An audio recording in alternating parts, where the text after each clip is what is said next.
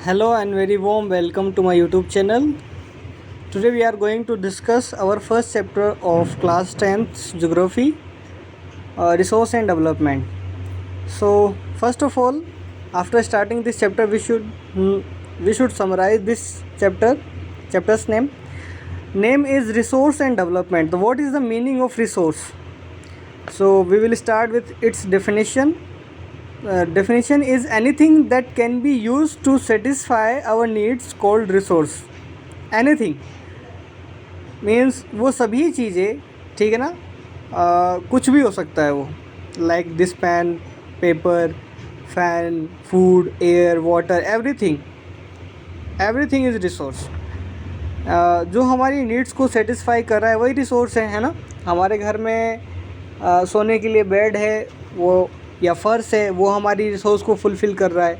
जो प्लांट्स है, जो हमारा खुद का घर है, ये सब क्या है, रिसोर्स है, जो किसी न किसी भी नीड्स को सेटिस्फाई कर रहे हैं. ये डेफिनेशन बहुत ज़्यादा नॉर्मल है, पूछा जा सकता है. Resource are of two types. Mainly जो रिसोर्स होते हैं वो टू टाइप्स के होते हैं.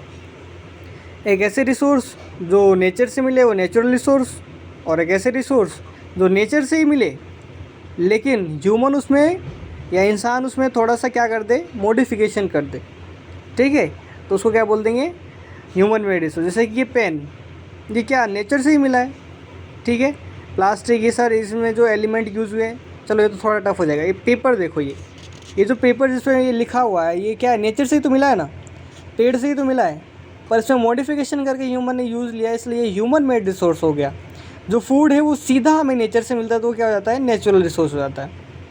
क्लासिफिकेशन अगर देखें तो जो नेचुरल रिसोर्स है वो टू टाइप्स के हैं. ठीक है, renewable and non renewable. Renewable देखो नाम से पता चल रहा है, रीन्यूएबल. ठीक है, री मतलब दोबारा, न्यू मतलब नया, और एबल मीन बनाना. तो जिन रिसोर्स को दोबारा बनाया जा सकता है कंटिन्यूसली, तुरंत ही, ठीक है ना, वो क्या है, रीन्यूएबल रिसोर्सेज है. Like solar energy, wind energy, ठीक है, मैकेनिकल एनर्जी से, और मैकेनिकल एनर्जी से इलेक्ट्रिकल एनर्जी का यूज़ करना, ये क्या है, रीन्यूएबल है. नॉन रीन्यूएबल ऐसे रिसोर्स जो एक बार यूज़ में होने के बाद दोबारा बनने में उनको टाइम लगता है, लाइक डीजल, पेट्रोल, सीएनजी, ये सब क्या है, नॉन रीन्यूएबल की कैटेगरी में आते हैं. अब रीन्यूएबल ही टू टाइप्स के, कंटिन्यूस, जैसे मैंने बताया कि भाई सोलर एनर्जी क्या है, कंटिन्यूस बनती रहती है, विंड एनर्जी कंटिन्यूस बनती है, तो क्या हो गई, कंटिन्यूस रीन्यूएबल रिसोर्स. एक होती है बायोलॉजिकल, ठीक है, नेचुरल वेजिटेशन से और वाइल्ड लाइफ से जो रिसोर्स मिलते हैं वो क्या है, बायोलॉजिकल रीन्यूएबल रिसोर्स. ठीक है ना. जो नॉन रीन्यूएबल रिसोर्स है वो क्या है, टू टाइप्स के हैं, रिसाइक्लेबल एंड नॉन रिसाइक्लेबल.